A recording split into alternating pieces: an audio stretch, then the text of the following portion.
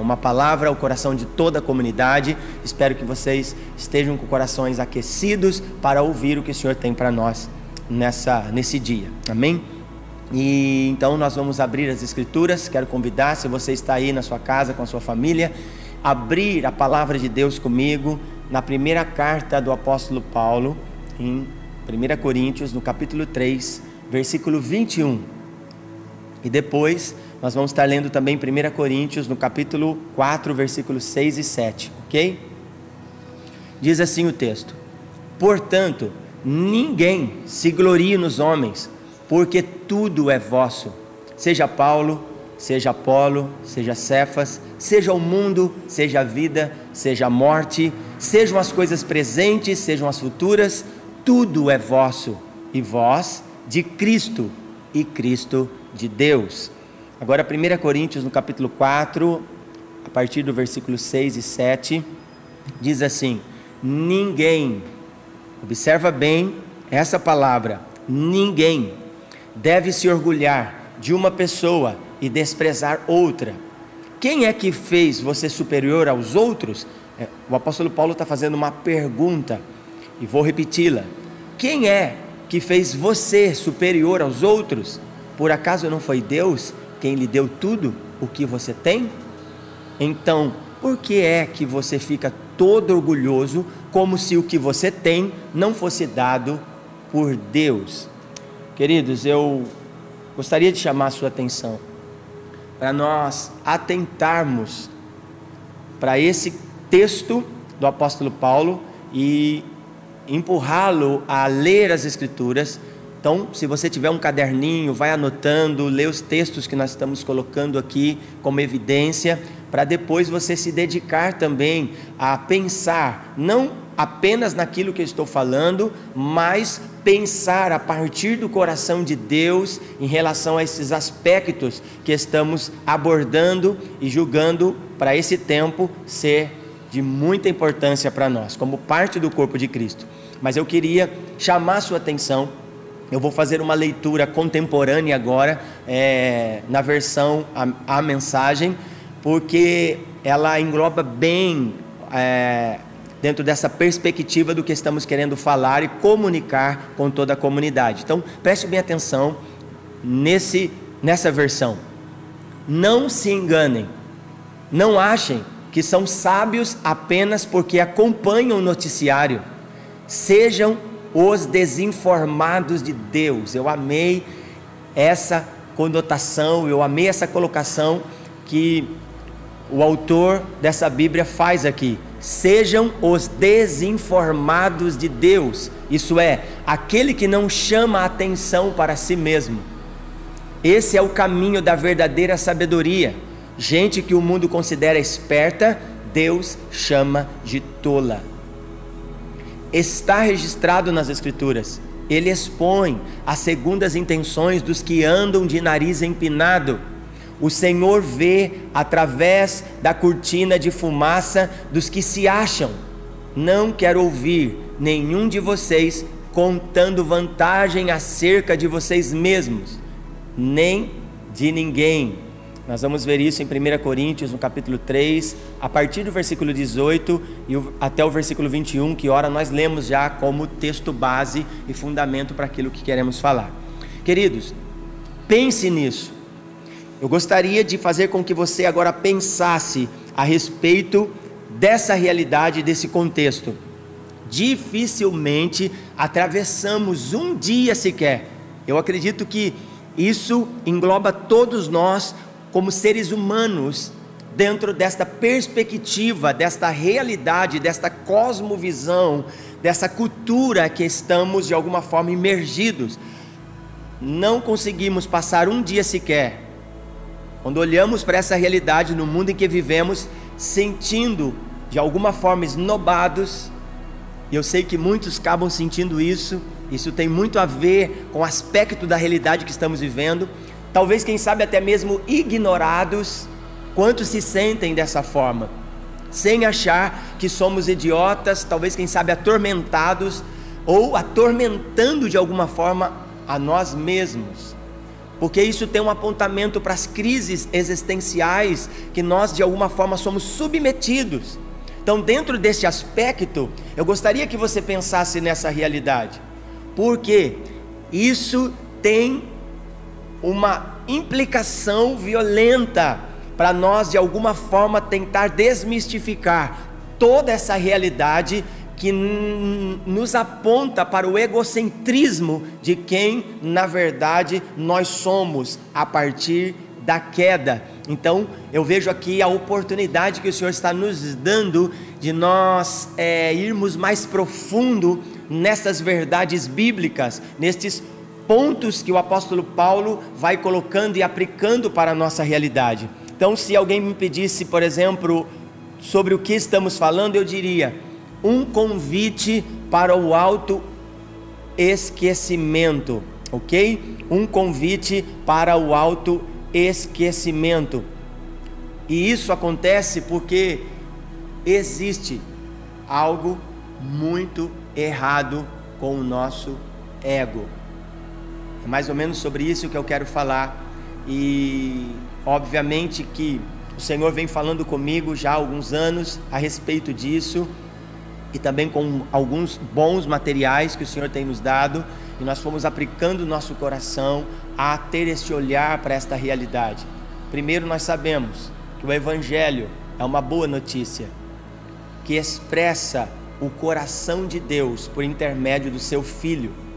Obviamente que isso também faz com que, quanto mais nós nos aproximamos de Deus, pela obra redentora do Cristo, nós também vamos descobrindo quem de verdade nós somos, e isso vai ampliando o nosso entendimento para essa realidade. Então, algo errado com a minha identidade, com a percepção que tenho do meu próprio eu. E semana passada nós falamos um pouquinho sobre cosmovisão, a verdadeira compreensão dos segredos de Deus, e isso tem uma interligação mediante aquilo que já falamos com o que queremos falar nesse momento, a partir do ego, a partir de quem eu sou, a partir de quem o homem é em relação à queda, mas também a obra redentora do Cristo, que de alguma forma nos conectou novamente ao Pai, nos dando um acesso livre pelo novo e vivo caminho, a qual nós devemos ser muito gratos, porque isso não tem a ver com a nossa bondade, isso não tem a ver com quanto bom nós somos, mas isso tem a ver com a bondade de Deus, com a sua graça, com a sua misericórdia, com seus afetos por aquilo que Ele de alguma forma criou, e fazemos parte disso. O ego, de alguma forma, ele nunca se sente feliz. É impossível nós preenchermos o nosso ego. Ele não se satisfaz, ele é insaciável, vive de alguma forma chamando a atenção para si mesmo. E às vezes fazemos isso sem perceber. Fazemos isso às vezes sem ter muita percepção, porque isso fala de uma mentalidade, isso fala de uma cultura, isso fala de um estilo de vida que precisa ser transformado a partir dessa mensagem que está sendo comunicada. E na realidade isso tem um apontamento para a crucificação, isso tem um apontamento para a obra de Cristo, a partir daquilo que Ele quer fazer em nós. Precisamos morrer para nós mesmos. Isso não é novo, isso não é uma mensagem, uma revelação nova, mas isso é um aspecto da obra redentora de Cristo. E quando nós olhamos aqui para os coríntios, eles estavam cercados de alguma forma pela necessidade de contemplação humana, cercados pelas correntes do reconhecimento a todo custo, necessitados de aprovação e também de visibilidade. E não é diferente da nossa realidade. O apóstolo Paulo está escrevendo aos coríntios, fazendo essa apresentação, trazendo um conceito, trazendo um fundamento, mas nós não podemos fugir dessa realidade, porque muitas vezes é o que nós também buscamos. Porque o eu grita alto em nossos corpos, é como uma necessidade desenfreada. Então, isso está falando a respeito de nós, e não é bom, não é gostoso, não é saudável ouvir estas verdades, mas é necessário. E essa é a proposta do Evangelho, porque a proposta dele, na realidade, é salvar o homem. De quem? De si mesmo, da ira de Deus, por causa das suas paixões, por causa do seu ego inflado. Então, o que nós vemos aqui nesse texto, e o que o apóstolo Paulo está apresentando para nós, é que ninguém se glorie nos homens. Ninguém, guarda bem essa palavra, ninguém deve se gloriar nos homens. Arrogância causa divisão, e nós vamos ver a partir da igreja de Corinto essa realidade, porque existia preferências, existia desejos, cada um escolhendo a sua própria facção, cada um escolhendo o seu próprio líder, do seu próprio gosto, e isso havia divisão, porque cada um escolhe aquilo que apraz o seu próprio interesse. Isso fala do egocentrismo. Os coríntios precisavam aprender que pertencem a Deus, não aos líderes. Nós precisamos entender essa realidade. Nós não pertencemos a ninguém, a não ser a Deus. Então que isso comece a queimar no teu coração. Nós, por sermos um povo idólatra, nós temos necessidade de ter alguém superior a nós mesmos, para nós adorarmos, sendo que somente Deus merece toda adoração, e tudo que o outro possa ter, é porque Deus o deu, para comunicar, para aperfeiçoar o corpo de Cristo, e não para serem idolatrados, para serem adorados. Então Paulo vai tratar muito essa realidade a partir da igreja de Corinto. Todas as coisas são suas, significa que são dadas por Deus para beneficiar o seu povo, como eu disse, para o ajustamento do corpo de Cristo. Então, o que eu vejo é que esse cenário de 1 Coríntios mostra uma realidade de indivíduos que, de alguma forma, baseados num egocentrismo desenfreado, estavam de alguma forma dando excessiva importância ou significância, que é isso que nós vemos nesse contexto, para o seu papel social, idolatrando líderes ao seu próprio favor, de alguma forma dividindo-se por variedades, gabando-se por seus dons e no conceito que nos toca, de alguma forma exigindo de Paulo mais do que ele mesmo se exigia. E essa é uma realidade. Por que nós colocamos peso em determinada pessoa? Porque na realidade nós não conseguimos, mas por causa da idolatria que há no nosso homem interior, nós procuramos alguém, e quando esse alguém de alguma forma nos decepciona por não conseguir fazer ou realizar aquilo que eu desejo, então nós perdemos toda a estabilidade, nós perdemos a realidade das coisas, por não compreender que existe um propósito de Deus, da qual nós todos fazemos parte, da qual você faz parte. Então é revelado de alguma forma no começo do livro bíblico, em relação a alguns líderes da igreja de Corinto, a intensa busca e admiração por uma sabedoria elevada, sabedoria essa que tinha como origem, como eu já estou falando há algum tempo aqui, o egocentrismo, com o objetivo de alguma forma de conquista e também de admiração, sabe?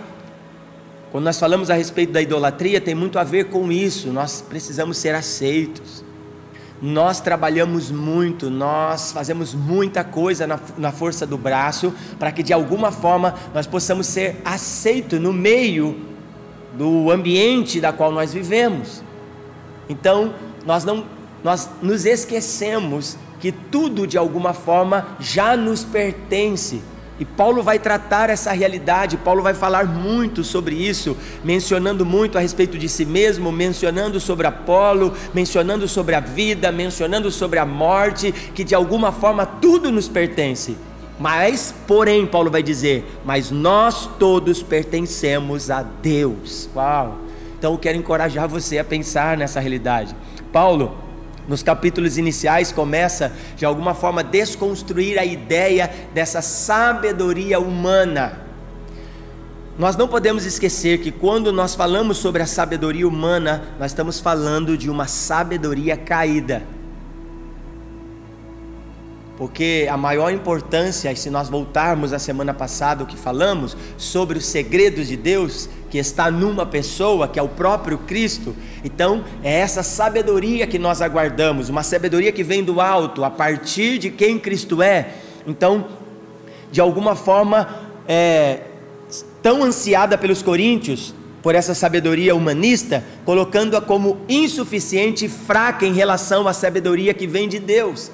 Então eles buscavam por essa sabedoria humana, mas essa sabedoria humana, ela é fraca, de alguma forma ela é insuficiente mediante a sabedoria de Deus, que isso venha ficar bem claro para nós. Então o erro dos coríntios não era somente buscar a sabedoria na fonte errada, no caso aqui a sabedoria humana, mas buscar sabedoria com motivação errada. E aqui eu queria abrir uma oportunidade para dizer isso. Muitas pessoas desejam buscar mais informação, muitas pessoas desejam conhecer mais sobre Deus, e isso de alguma forma nos preocupa. A própria palavra de Deus vai dizer que nós devemos seguir e prosseguir em conhecer a Deus, mas nós não podemos deixar de considerar a motivação do nosso coração. Qual a proposta de nós conhecermos mais de Deus? Para sermos aceitos pelas pessoas? Ou porque realmente queremos nos aproximar de Deus? Qual a proposta de fazermos um curso teológico? Qual a proposta de ler bons livros? Qual a proposta de nós mergulharmos no conhecimento?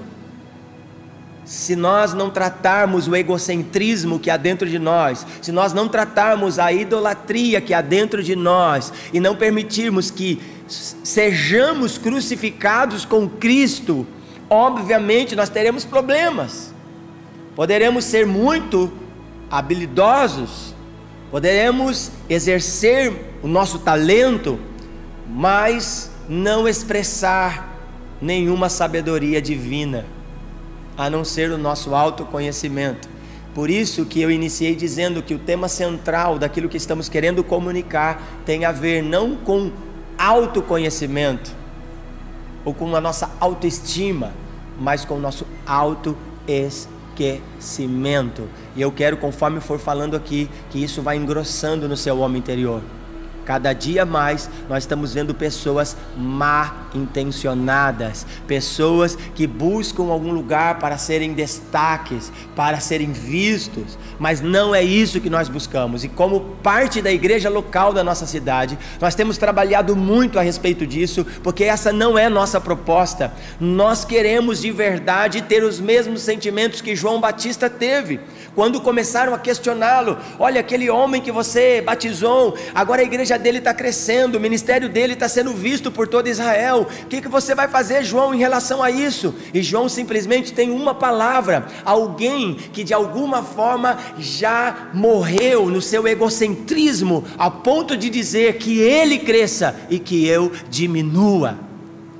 Essa é a realidade da mensagem que nós desejamos e queremos viver isso, que nós venhamos nos diminuir para que Cristo seja a evidência de todas as coisas, porque dele, por ele e para ele são todas as coisas. Quero encorajá-los a essa realidade. E eu penso, o erro de Coríntios não era somente buscar a sabedoria na fonte errada, mas buscar a sabedoria com a motivação errada. E quando se fala de motivação errada, fica mais fácil encontrar ligações entre eles, mas também em nós.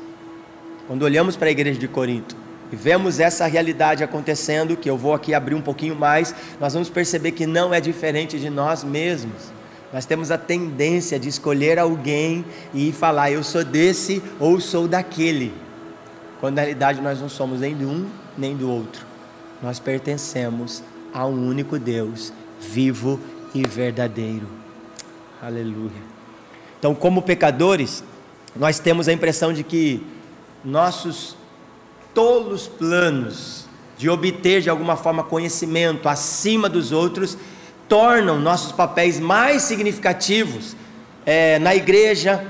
Talvez, quem sabe, nessa era, ou talvez, quem sabe, o pensamento de alguns em Corinto era esse pensamento de alguns ainda hoje na igreja, e talvez, quem sabe, até mesmo fora dela. Isso é muito sério. Por isso que nós talvez não conseguimos experimentar mais dessa realidade de quem Deus é, porque de alguma forma talvez nós ainda não fomos vencidos. E Pedro vai dizer que por quem nós somos vencidos, tornamos escravos.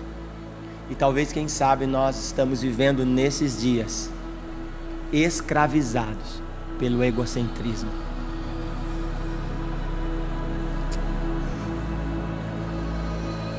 Talvez, quem sabe, essa é a realidade que nós estamos vivendo. Por isso, eu quero encorajar a comunidade a entrar em arrependimento nesses dias. Nós precisamos nos arrepender, queridos. Nós precisamos ir mais profundo no arrependimento. Eu gosto de olhar para a vida de Jacó. Jacó é um usurpador. Jacó quer conseguir as bênçãos a partir da força do braço, até que no vale de Jaboque é vencido. Mas o próprio Deus vai dizer que Jacó lutou com Deus e venceu. Quem pode vencer Deus? Quem tentará contra o braço forte do Senhor? Mas sabe o que eu acho poderoso? É que ele vai dizer, o próprio salmista vai dizer isso, que Deus não despreza um coração contrito e quebrantado. Então eu vejo que a única forma de nós vencermos a Deus, não no sentido de lutarmos com Ele como se fôssemos mais fortes, mas na realidade, na nossa fraqueza, nós conseguimos vencer Deus quando nós nos arrependemos e reconhecemos que não somos nada, absolutamente nada. Essa é a maior proposta do Evangelho. Mostrar para nós esta realidade da maldade que há em nós. Não tente ser bom aos seus próprios olhos. Nós não vamos conseguir ser salvador de nós mesmos. E infelizmente é o que muitos estão tentando. Em toda a história bíblica, quando nós olhamos para Israel, nós vamos ver na antiga aliança, eles estão vivendo esta mesma realidade, achando que são capazes de cumprir a lei.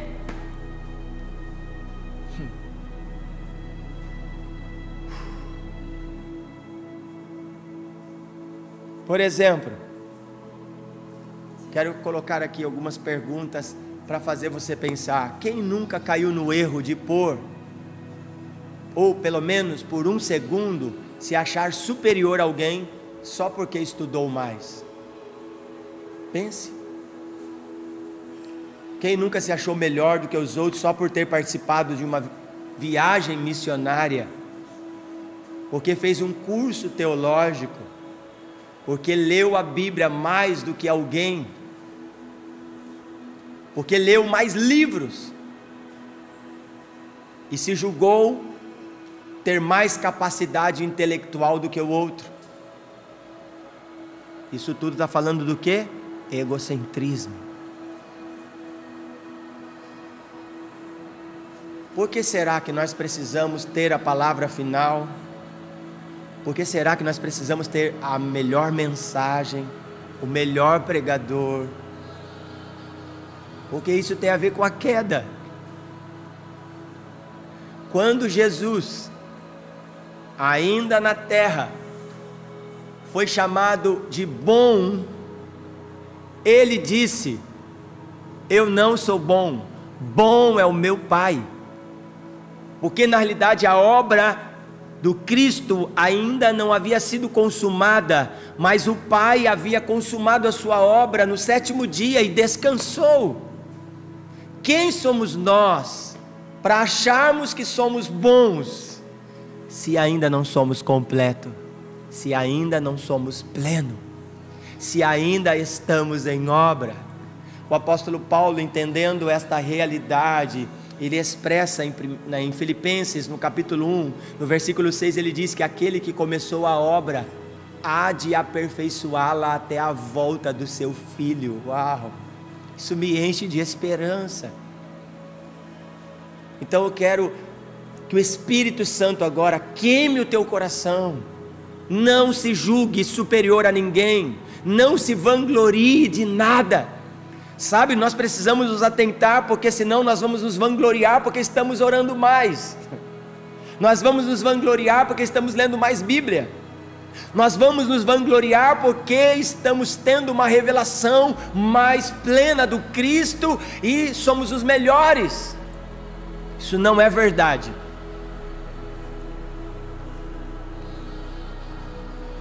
A exaltação humana precede a queda. Paulo vai dizer: aquele que pensa que está de pé, cuide-se para que não caia. Uau.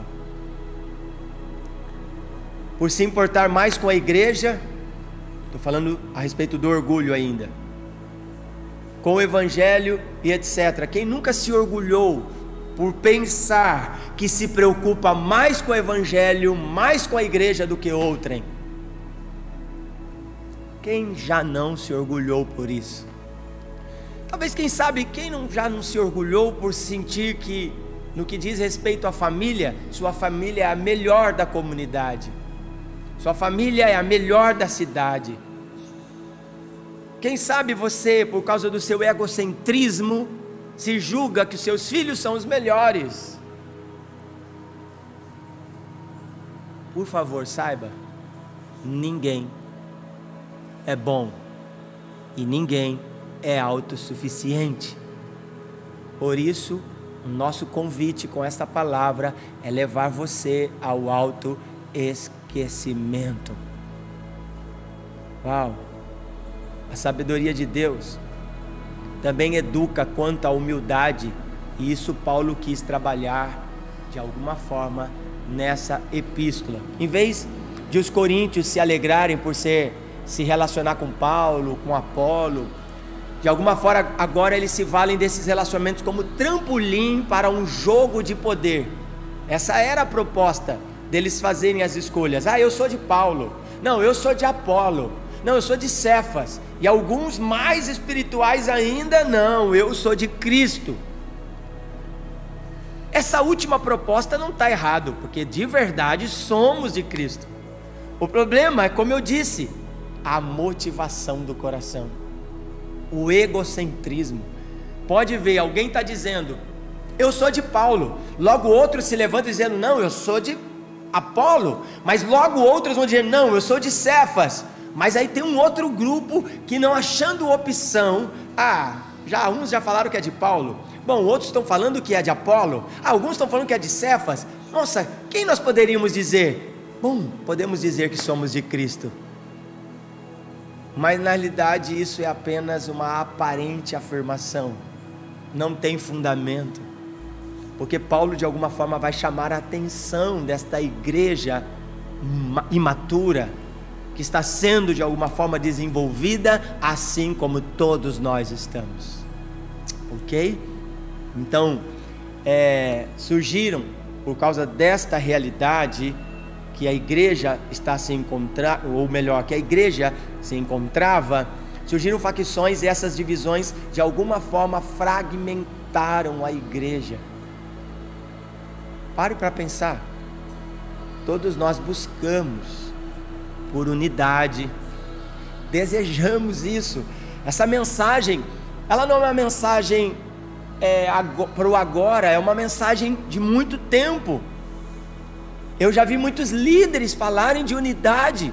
Eu conheço alguns líderes que trabalham, que deram toda a sua vida por essa mensagem, mas parece que isso nunca acontece. Por quê? Egocentrismo. Cada um quer ter a sua própria obra, cada um quer sentir mais importante do que o outro. Então eu não me submeto a ninguém. Só que o apóstolo Paulo também vai dizer que nós devemos considerar o nosso próximo superior a nós mesmos. O que ele está dizendo? Que nós não devemos nos vangloriar em nós. Sabe, eu queria estar agora de forma presencial, irmãos, porque eu estou cheio de Deus aqui, no sentido de quebrantar ou de desfazer do meu próprio ego e das minhas próprias vaidades. Quando nós olhamos para essa realidade, o Senhor está chamando a nossa atenção, porque nós só vamos conseguir viver em unidade quando na realidade nós formos vencidos em nós mesmos, quando na verdade o nosso egocentrismo morrer, e que ele morra hoje, em nome de Jesus. Nossa proposta é o autoesquecimento, não esqueça essa palavra, autoesquecimento. Sabe, o cenário é de orgulho e vanglória, é o que nós estamos vendo. Quando nós olhamos para o versículo 21, da primeira carta do apóstolo Paulo aos Coríntios, no capítulo 3, versículo 21, o que nós vemos lá? Então anota aí para depois você ler novamente, vai ser muito importante. O que nós vemos lá? Paulo está advertindo: ninguém se glorie. Logo quando lemos primeira carta do apóstolo Paulo aos Coríntios, no capítulo 4, versículo 7, nós vamos ver que Paulo traz uma pergunta enfática: por que te orgulhas? Por que você anda orgulhoso? Nós temos que pensar essa realidade da aplicação do apóstolo Paulo. Então, no versículo 21 do capítulo 3, ele vai falar: ninguém se glorie. Ele está fazendo uma afirmação, nós temos que atentar para isso. Logo no capítulo 4, versículo 7, ele vai dizer: por que você ainda se orgulha? Observe o versículo 6, que ninguém se encha de orgulho em favor de um contra o outro. Cara, percebe-se aqui uma facção, percebe-se aqui divisão no corpo de Cristo. Por quê? Porque na realidade de Cristo não se tem nada.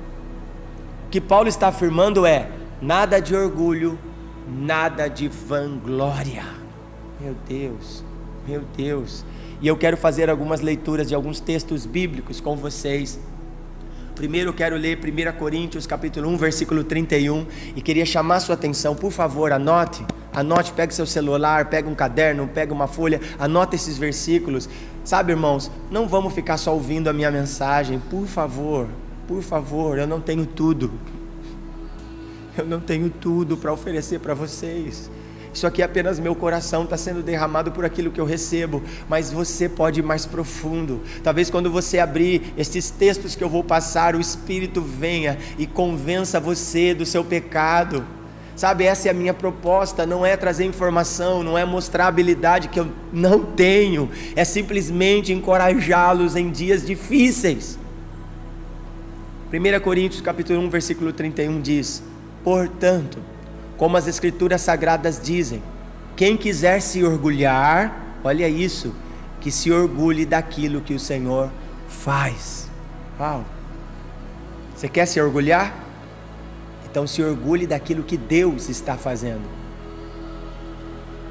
Porque tanto querer como efetuar é de Deus. Jeremias capítulo 9, versículo 23, olha isso. O Senhor disse: o sábio não deve se orgulhar da sua sabedoria, nem o forte, olha isso, da sua força, nem o rico da sua riqueza. Para pensar nesse texto de Jeremias capítulo 9, versículo 23. Jeremias vai dizer: o sábio não deve se orgulhar da sua sabedoria, nem o forte da sua força, nem o rico da sua riqueza. 2 Coríntios capítulo 10, versículo 17 ao 18, olha o que Paulo vai dizer: como dizem as Escrituras Sagradas. Percebe? Paulo não está falando nada dele mesmo, Paulo está falando a partir das Escrituras. Quem quiser se orgulhar, que se orgulhe daquilo que o Senhor faz, pois a pessoa só é aprovada quando o Senhor a aprova, e não quando é aprovada por si mesmo. Por favor, não é você que tem que se autoaprovar. O Senhor nos prova para sermos aprovados por Ele, por mais ninguém. Não adianta uma comunidade inteira te aplaudir, uma comunidade inteira te aprovar, se Deus de alguma forma não te aprova. Meu Deus, vocês lembram quando Samuel precisou ungir um rei para Israel? E ele então olha o primeiro filho de Jessé, e aí ele entende, é esse, porque a Bíblia diz que esse filho, ele sobressaía entre todos. Isso está falando de uma aparente, de algo aparente. E Samuel logo deduziu, a partir da referência do que tinha, que era o rei Saul, ele entendeu, é esse. Mas Deus interveio e disse o quê? Samuel, você vê a aparência, você vê o que é de fora, você vê o externo. Eu, porém, Samuel, vejo o coração, eu vejo o que está lá dentro, eu consigo entrar nas mais profundas, a mais profundeza da alma do homem, eu consigo ver aonde você não vê. É essa a realidade. A pessoa só é aprovada quando o Senhor aprova. Você pode dizer um amém aí? Eu vou repetir, a pessoa só é aprovada quando o Senhor a aprova. Uau! Paulo faz uma pergunta na sua segunda carta aos Coríntios, e logo responde no capítulo 3, eu acho muito conveniente essa realidade. Olha o que ele vai dizer, na segunda carta de Coríntios, no capítulo 2, versículo 16, a parte B do versículo, olha o que ele diz: então, quem é capaz de realizar um trabalho como esse? No capítulo 3, da segunda carta aos Coríntios, versículos 5 e 6, Paulo vai responder, olha o que ele diz: dizemos isso por causa da confiança que temos em Deus, não em homens, por meio de Cristo, em nós não há nada que nos permita afirmar que somos capazes de fazer esse trabalho. Ele está dando a resposta aqui, vou repetir, olha a resposta de Paulo, a pergunta que ele mesmo fez na segunda carta aos Coríntios, capítulo 2, versículo 16, parte B do versículo. Ele fez uma pergunta, mas agora ele mesmo vai responder. É Ele quem nos torna capazes de servir a nova aliança, que tem como base não a lei escrita, mas o Espírito de Deus. A lei escrita mata, mas o Espírito de Deus dá a vida. Esse trabalho não tem ligação nenhuma com a nossa capacidade, força do braço, mas com o poder do Espírito Santo. Por que estamos nos gloriando? Por quê? Estamos tão cheios de nós mesmos, sendo que é Deus que faz tudo por todos. O que estamos buscando? Eu julgo essa pergunta muito importante para nós agora. O que estamos buscando? Talvez se pudéssemos responder com verdade e seriedade, diríamos: contemplação humana ou autoesquecimento. O que eu quero dizer com essa pergunta é que só podemos responder essas duas coisas. O que estamos buscando? Contemplação humana ou autoesquecimento? A proposta daquilo que estamos falando é sobre o autoesquecimento e não sobre contemplação humana. Se tem alguém que devemos contemplar, é Cristo na sua beleza e santidade. Olha o que Paulo vai dizer, e fica bem mais claro isso: já não sou eu mais quem vivo, Cristo agora vive em mim. Sabe o que ele está dizendo? Já não vivo mais para mim mesmo. O meu egocentrismo foi vencido na cruz. Agora Cristo vive em mim. Agora Ele me rege. Agora eu me submeto totalmente à vontade dEle. Já não há mais em mim vontade humana. Uau! Queridos, eu quero tentar finalizar aqui, apesar de ter muita coisa que nós poderíamos aprofundar, mas eu também quero tentar ser breve para não tornar cansativo para você aí, porque eu sei que nós, como seres humanos, temos muita dificuldade de ficar muito tempo sentado ouvindo. Então eu quero tentar ser prático, e obviamente que isso só é possível falando um pouquinho daquilo que vivemos, porque ninguém pode falar daquilo que não vive. Então, quando eu estava cursando o CPP em 2019, na minha devocional, num belo dia de manhã, o Senhor trouxe esse texto no meu coração, que de alguma forma me fez desejar o autoesquecimento. E eu quero impartir com vocês, não que a minha experiência seja mais importante do que a palavra de Deus, não é isso. A palavra de Deus é mais importante, mas eu posso falar daquilo que eu tenho experimentado e que tem me levado a pensar, a ter bons olhos em relação à comunicação da verdade de Deus sobre este aspecto. Nós vivemos em uma nação, infelizmente, que ainda tem na sua natureza competição, comparação e idolatria. Mas eu creio que o Senhor está vindo com muita violência por intermédio do teu Espírito para convencer o homem do pecado, da justiça e do juízo. Então, dentro deste aspecto e dessa experiência que eu tive em 2019 no CPP, eu estava buscando ao Senhor de uma forma bem intensa por causa de muitas crises que eu havia me submetido, e obviamente que essas crises, elas implicam na minha morte. Se você não está em crise, significa que você não está morrendo. Mas se você está vivendo um momento de crise e não consegue encontrar explicação para essa realidade, eu quero dizer para você, seja bem-vindo, você está morrendo. E essa é uma etapa muito difícil, porque nós não queremos morrer. E quando eu falo de morte aqui, eu estou falando de egocentrismo, isso é, de verdadeiramente matar o nosso ego para que possamos viver de verdade essa mensagem do autoesquecimento. Já não sou eu, mas quem vivo. Uau! E aí o Senhor me trouxe esse belo dia de manhã, em um determinado momento que eu estava em muita crise de identidade, de muitas questões que estavam de alguma forma perturbando a minha mente. O Senhor me trouxe esse texto que eu quero impartir com vocês. Colossenses capítulo 3, versículo 3 e 4, olha o que diz: porque vocês já morreram, e a vida de vocês está escondida com Cristo, que está unido com Deus. Cristo é a verdadeira vida de vocês, e quando Ele aparecer, vocês aparecerão com Ele e tomarão parte na sua glória. Uau!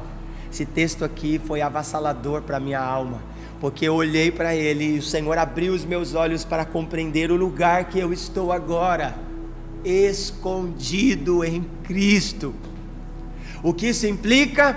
Eu não preciso aparecer, eu não preciso ser visto, eu não preciso ser o melhor, eu não preciso ser aceito, porque na realidade eu já fui aceito por Cristo, e Cristo está unido com Deus, logo eu também estou. Isso é, na obra redentora do nosso Cristo, Ele de alguma forma me conectou novamente ao Pai, isso é, Ele me reconciliou com Deus, e eu fui aceito na família de Deus. Eu não tenho mais que provar nada para ninguém, eu simplesmente preciso viver a vida de Deus, que flui do próprio Deus.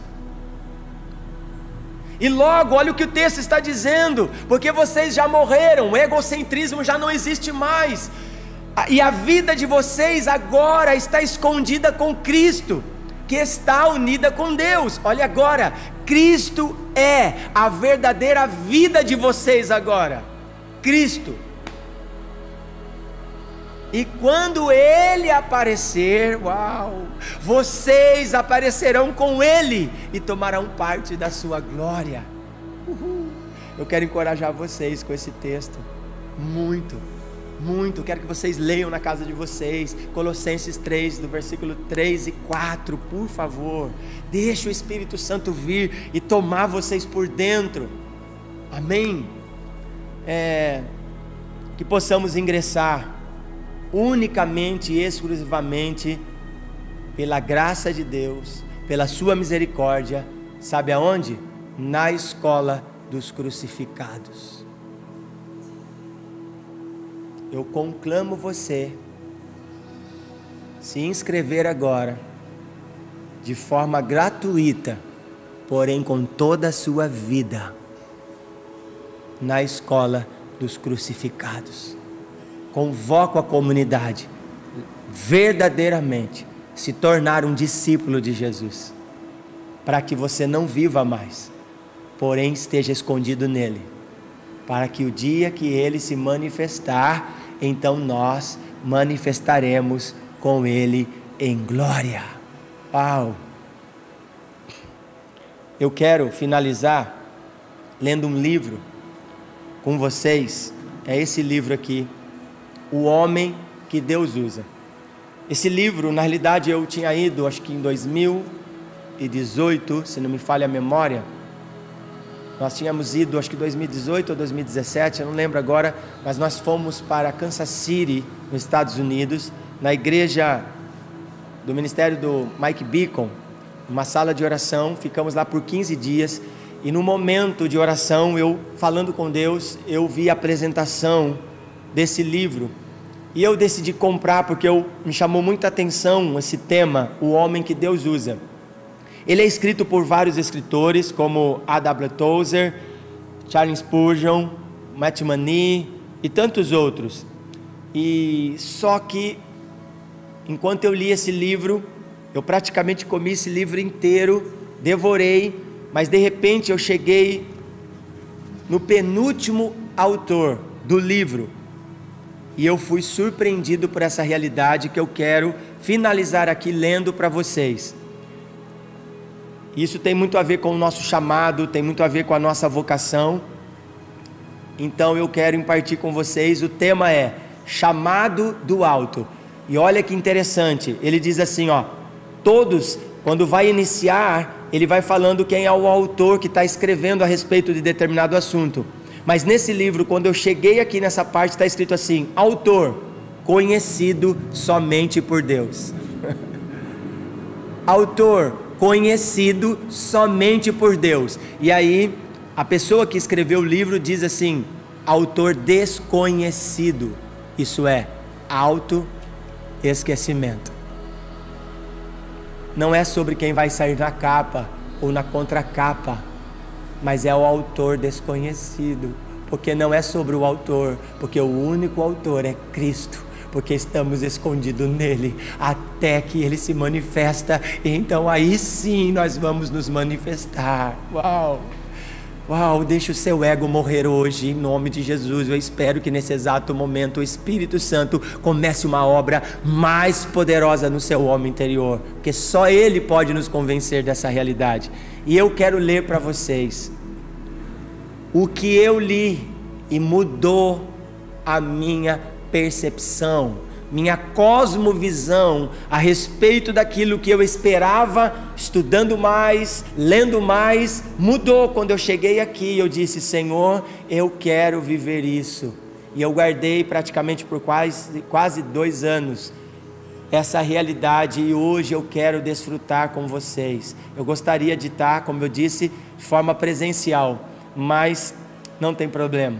O que importa é que você vai poder ouvir e receber essa mensagem. Então eu quero ler com você o que esse livro diz nesse momento. Preste atenção.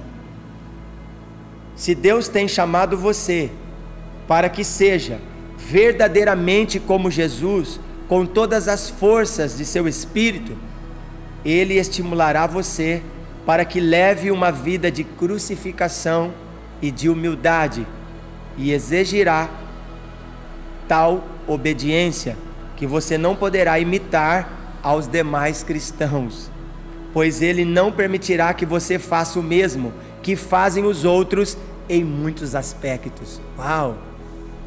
Outros que aparentemente são muito religiosos e fervorosos podem ter a si mesmos em autoestima, podem buscar influência e ressaltar a realização de seus planos. Você, porém, não deve fazer nada disso, pois se tentar fazê-lo, fracassará de tal modo e merecerá tal reprovação por parte do Senhor, que você se converterá em um penitente lastimável. Uau! Outros poderão fazer alarde do seu trabalho, de seus êxitos, de seus escritos, mas o Espírito Santo não permitirá a você nenhuma dessas coisas. Se você começar a proceder dessa forma, Ele o consumirá em uma mortificação tão profunda, que você depreciará a si mesmo tanto quanto todas as suas obras. A outros será permitido conseguir grandes somas de dinheiro e dar-se o luxo supérfluo, porém Deus só proporcionará a você o sustento diário, porque quer que você tenha algo que é muito mais valioso do que o ouro, uma absoluta dependência dele e de seu invisível tesouro. O Senhor permitirá que os demais recebam honras e se destaquem, enquanto mantém você oculto na sombra, autoesquecimento. Porque Ele quer produzir um fruto seleto e fragrante para a sua glória vindoura, e isso só pode ser produzido na sombra. Deus pode permitir que os demais sejam grandes, mas você deve continuar sendo pequeno. Deus permitirá que outros trabalhem para Ele e ganhem fama, porém fará com que você trabalhe, se desgaste, sem que saiba sequer quanto está fazendo. Depois, para que o seu trabalho seja ainda mais valioso, permitirá que os outros recebam o crédito pelo que você faz, com o fim de lhe ensinar a mensagem da cruz, a humildade e algo do que significa participar de sua natureza. O Espírito Santo manterá sobre você uma estrita vigilância e com zeloso amor lhe reprovará por suas palavras, ou por seus sentimentos indiferentes, ou por malgastar seu tempo, coisas essas que parecem não preocupar aos demais cristãos. Por isso, habitue-se à ideia de que Deus é um soberano absoluto, que tem direito de fazer o que lhe apraz, com os que lhe pertencem, e que não podem explicar-lhe a infinidade de coisas que poderiam confundir sua mente pelo modo como Ele procede com você. Deus lhe tomará a palavra, e se você se vende para ser escravo sem reservas, Ele o envolverá em um amor zeloso, que permitirá que os outros façam muitas coisas que a você não são permitidas. Saiba-o de uma vez por todas. Você tem de se entender diretamente com o Espírito Santo acerca dessas coisas, e Ele terá o privilégio de atar sua língua, ou de colocar algemas em suas mãos, ou de fechar seus olhos, para aquilo que é permitido aos demais. Entretanto, você conhecerá o segredo do reino. Quando estiver possuído pelo Deus vivo de tal maneira que se sinta feliz e contente no íntimo de seu coração com essa peculiar pessoa, privada e zelosa, tutória, e com esse governo do Espírito Santo sobre a sua vida, então haverá encontrado a entrada dos céus, o chamado do alto de Deus. Quando eu li isso, eu entendi o meu lugar, e é justamente isso que eu comecei a orar e falar com o Senhor. Senhor, eu desejo o autoesquecimento. E numa outra versão desse livro, um autor que redigiu esta mesma mensagem, ele diz: será que somos capazes de orar essa oração e desejar de verdade viver o autoesquecimento, isso é, de nós mesmos? Então, eu termino aqui essa mensagem e quero encorajá-lo a viver nesses dias o autoesquecimento. Que Deus abençoe a todos, e eu quero que você se sinta encorajado de viver apenas para o Senhor. Tudo pertence a Ele. Não escolha ninguém a não ser ao Senhor, porque tudo pertence a nós. porque estamos em Cristo e unidos com Deus. Deus abençoe, espero que essa mensagem fale fortemente no seu coração. Quero fazer uma oração por vocês. Senhor, eu encorajo agora toda a comunidade e também aqueles que vão ouvir essa palavra. Pai, queime o coração deles. Faça aquilo que somente você pode fazer. Não é sobre mim, não é sobre a minha eloquência, não é sobre a minha pregação, mas é sobre a sua palavra, que ecoe agora nas casas, que ecoe agora, Pai, sobre aqueles que estarão ouvindo e recebendo essa palavra. Quebre agora todo o nosso orgulho, toda a nossa vanglória. Pai, faça com que permanecemos de pé diante daquele que é digno de toda honra e de toda glória. Nos ensina a viver no autoesquecimento, para que não haja em nós egocentrismo, pois já não sou eu mais quem vivo, mas Cristo vive em mim. Em nome de Jesus, amém e amém. Deus abençoe a todos.